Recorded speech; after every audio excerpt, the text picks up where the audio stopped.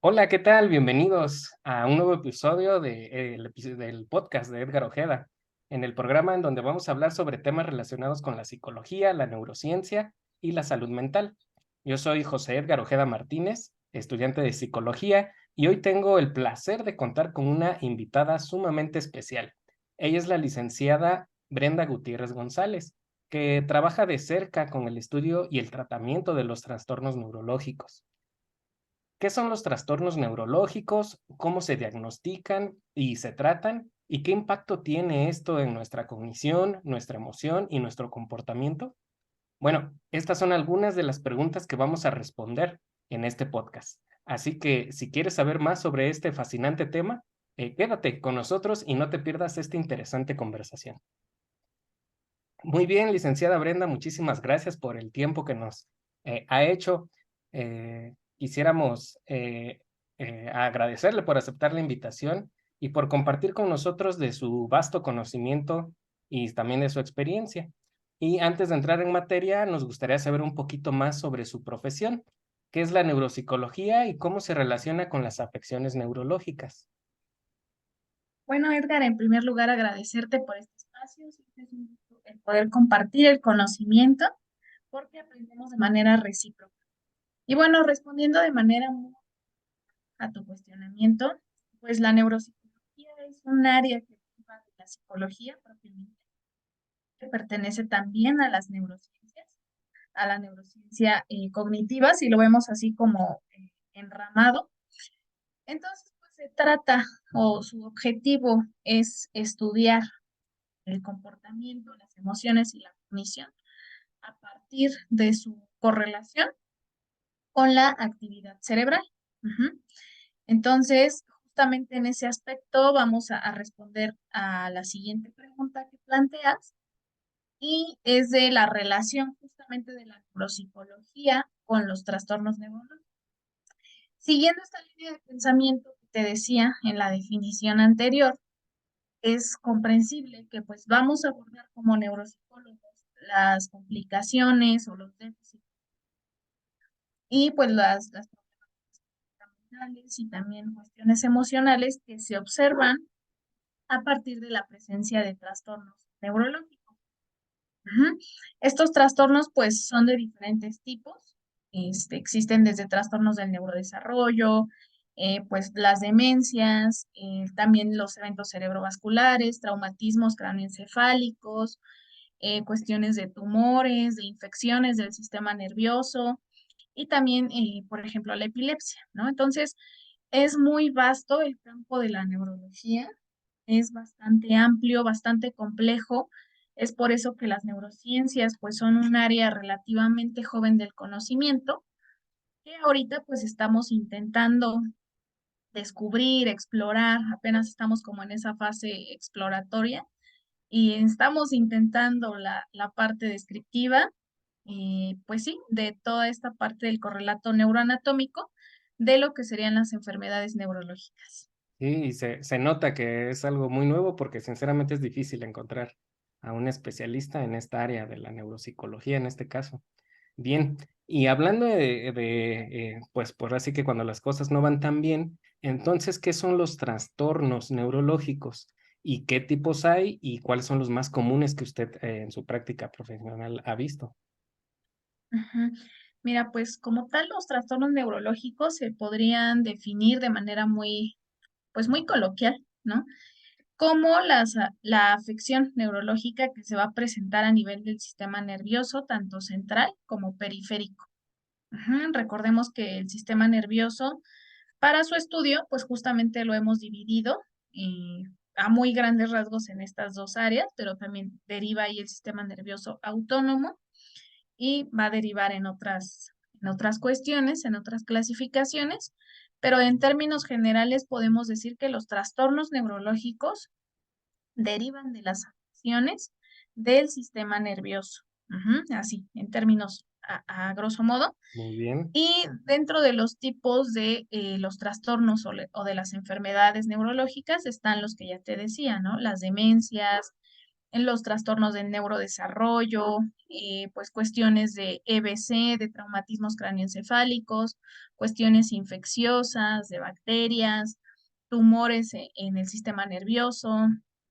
Todos estos pues son diferentes trastornos que pues van a tener diferentes etiologías, diferentes síntomas y signos, y también pues los tratamientos van a ir enfocados en razón del tipo de trastorno neurológico del cual se trata. Lo mismo para cuestiones pues de la prevalencia que va variando, como bien sabemos, etiología, como te lo decía, perdón, y también cuestiones del pronóstico. Para eso, pues va a haber variables que tenemos que considerar, como la edad del paciente, su estado premórbido, si tiene alguna otra enfermedad, que aquí pues va muy de la mano la presencia o la incidencia de los trastornos neurológicos con los trastornos psiquiátricos. Hay mucha comorbilidad, pero como te decía, pues a veces también tenemos que ponernos ahí bien abusados para poder discernir cuando se trata de uno y de otro, ¿no? Muy bien. La diferencia, bueno, son bastantes. ¿Y cuál diría que es la diferencia, así, a grosso modo y brevemente, cuál es la diferencia entre una afección neurológica y una psiquiátrica? Pues en la afección neurológica se me viene a la mente de manera muy inmediata justamente el daño orgánico, ¿no? Ok. Hay un daño evidente en esta cuestión orgánica. Y ya en la parte psiquiátrica, pues sí, hay también un correlato, una cuestión, pues de neurofisiología, de química, ¿no? Hay cuestión de neuromoduladores, neurotransmisores. Entonces, pues vamos más en razón de ello. Muy bien. Qué interesante. Y es bueno entender esa diferencia. Supongo Ujú. que cada una, pues, de todas estas enfermedades tiene sus síntomas, sus consecuencias, pero quisiéramos hablar específicamente de la epilepsia. ¿Cómo se puede detectar ese trastorno y qué pruebas se realizan para poder, pues, poder decir, esta persona tiene epilepsia? Claro. Mira, la epilepsia es un tema, yo creo que de los más amplios, ¿no? A veces uno ya no sabe distinguir cuál de los temas es más amplio y más interesante porque todos lo son por igual, pero Claro. es un tema muy amplio dentro de toda esta área, ¿no? Dentro de todo lo que hoy conocemos como neurociencia, psicología, psiquiatría, porque ha estado ahí, ¿no? En términos históricos, recordemos un poquito que antes consideraban que pues el padecer epilepsia era sinónimo de estar siendo poseído por Endemoniado, ¿no? exactamente. Entonces, ahí variaba en cuestión cultural si lo tomaban como algo, como un pequeño gran mal, a veces así le decían, ¿no? Históricamente algunos personajes por ahí alusivos. Y también en cuanto a religión, como dices bien, lo has comentado tú, pues pensaban que las personas estaban endemoniadas, que era un malestar. Entonces, pues ha habido una evolución muy grande. Sin embargo, aún nos falta por descubrir muchas cuestiones de la epilepsia. Pero bueno, dado este preámbulo que te comentaba, de manera muy puntual, ¿cómo se puede distinguir? Hay que saber diferenciar, ¿no? Cuando se trata de una crisis, a lo mejor porque tuve una temperatura o una fiebre de 40 grados, y ahí se puede presentar una convulsión. Si ya no se vuelve a repetir, pues fue un episodio aislado. Ujú. Aquí lo importante para poder ya tener como ese foquito rojo y saber cuándo ir con un médico, con un especialista, es cuando esto ya se vuelve más recurrente. Ujú. Mm. Que justamente pues lo principal en este caso, cuando se trata de este diagnóstico clínico, pues la información más enriquecedora de primera mano va a venir de la historia clínica. ¿Por qué? Porque aquí tenemos que investigar la cuestión de la frecuencia de las crisis, cómo se presentan, ante qué situaciones, cuáles son los síntomas, eh, la duración. Eso también es muy importante, ¿no? Puede variar desde segundos hasta minutos y que ese tiempo es muy valioso para el paciente. Decíamos, o por ahí decían que si excedía los 5 minutos, pues ya era como de una urgencia médica, de que teníamos que ir de inmediato al hospital. Entonces, cuando ya se comienza a observar que es algo recurrente, como te decía, la naturaleza de estas crisis, pues ya se acude con un médico especialista. Muy bien. Ya en este caso, pues se va a realizar en primer lugar la historia clínica y también se va a hacer uso pues de los estudios de neuroimagen, o de los estudios electrofisiológicos. Aquí el estudio que se relaciona por excelencia, o todo mundo, o casi todo el mundo lo relaciona de esta forma, es el electroencefalograma.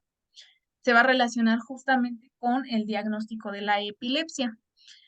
¿Qué es lo que hacemos en un electroencefalograma? Recordando rápidamente pues que nuestro cerebro funciona a través de impulsos eléctricos y químicos. Lo que vamos a observar justamente con este estudio es la actividad eléctrica de todo nuestro cerebro. Ujú. Entonces, en este estudio, el niño acude pues sin haber dormido bien, así medio desvelado, medio irritable, y aquí pues se le colocan electrodos. Hay un sistema que es conocido como el 10-20, y aquí se colocan los electrodos en los dos hemisferios para tratar de abarcar pues todo el cerebro. Se divide también por lóbulos y pues aquí vamos a observar la actividad eléctrica del cerebro. Vamos a tratar de ponerle, o lo que se hace es que por tiempo se van pues colocando diferentes variables. Por ejemplo, se pueden dar flashazos, así, flashazos, se intenta que el paciente esté dormido, que esté relajado. Se le van solicitando diferentes, ujú, Ok, para que en cada uno de ellos se vaya observando la actividad eléctrica del cerebro. Y pues sí es común, o casi siempre pasa, que sí se observa alguna actividad paroxística anormal, lo cual nos permite inferir que efectivamente pues hay que hay una crisis epiléptica, perdón. interesante. Podríamos decir entonces que depende mucho de eh, estas crisis de los factores externos por los que esté pasando el paciente. Sí son una variable, sí pueden desencadenar ciertas situaciones. Por ejemplo, no sé si has visto que hay películas o hay programas de televisión que dicen esto puede afectar a personas en crisis Ah, sí, sí, epilépticas, sí, Pokémon. pero aquí va a variar mucho también del tipo de crisis epiléptica. Ujú. Ok. Hay crisis motoras, hay crisis sensoriales, inclusive hay cuestiones más, pues, psicológicas, por decirlo de alguna forma, ¿no? Que a lo mejor por ahí ven colores los pacientes, situaciones de este tipo, pero, o sea, te decía, sí es una variable, la cuestión ambiental. Sin embargo, también pues no olvidemos que al ser una actividad eléctrica anormal en el cerebro, pues puede venir en cualquier momento, no necesariamente porque haya una variable externa que esté desencadenando propiamente la crisis epiléptica.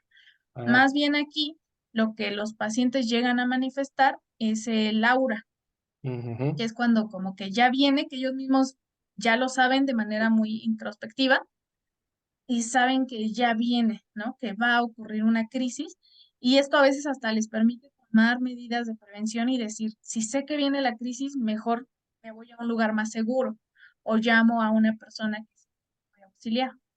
Esta es la famosa aura, Ujú. y pues, como te digo, los pacientes lo van reconociendo, Mm. van sintiendo a lo mejor algún hormigueo, cosquilleo, se puede presentar de diferentes formas, y eso ya los lleva a inferir que a lo mejor ya viene esa parte de la crisis epiléptica. Y van distinguiendo tanto factores internos como externos, supongo, para que pase esto. Bien, ¿qué opciones de tratamiento hay y qué papel juega la neuropsicología en la intervención? Claro, mira, pues meternos en la parte farmacológica, yo creo que eso le toca más al neurólogo, Ujú. no porque nosotros no estemos enterados. De hecho, pues debemos de tener una formación sólida, mejor dicho, en neurología. Como te decía, no al grado de un médico especialista, porque al final del día son dos áreas diferentes que sin embargo se pueden complementar y retroalimentar para poder dar pues un tratamiento integral al paciente. Ujú. Aquí es bien importante el tratamiento farmacológico. Lo que se está tratando en los últimos años es justamente pues de encontrar un tratamiento que sea lo menos no me gustaría decir dañino, pero que tenga menos efectos secundarios, Claro. para los pacientes, y pues tiene que ser algo regular. O sea, tienen que tener el tratamiento de manera regular, por lo general, pero también ese tratamiento pues va a variar dependiendo del tipo de crisis epiléptica del cual hablemos. Recordemos que existen las crisis focales y las crisis generalizadas, las tónico-clónicas, clónicas, mioclónicas. Entonces, cada uno de estos tipos de crisis van a tener sus características particulares y más aún van a ser diferentes dependiendo de la persona, ¿no? A lo mejor nosotros tenemos esta clasificación general, cuestiones que hemos observado en muchos pacientes y nos permiten como inferir ciertas categorías, pero al final del día cada paciente lo va a manifestar de forma diferente.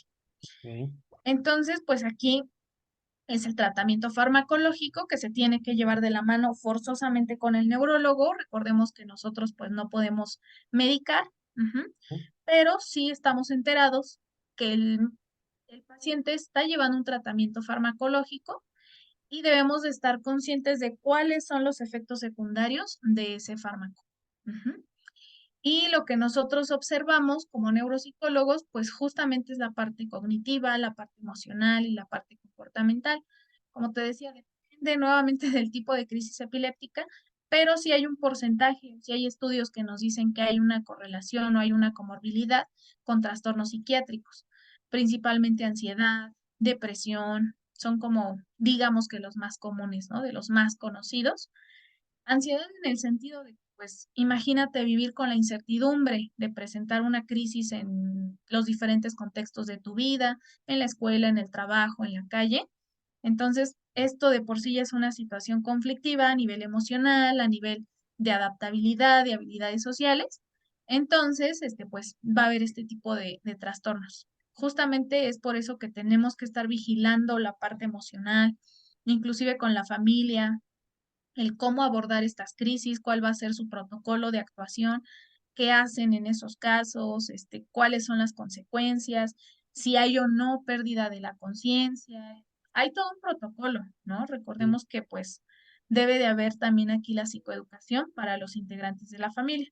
claro. Entonces, en la parte propiamente neuropsicológica o de los procesos cognitivos, como lo son la memoria, la atención, las funciones ejecutivas, lenguaje y toda esta parte, nuevamente, pues va a depender de la zona del cerebro en donde esté el foco epileptógeno. Ok. Porque dependiendo de en qué lóbulo de nuestro cerebro, recordemos frontal, temporal, parietal y occipital, pues también dependiendo de eso, se van a presentar los diferentes síntomas. Ujú.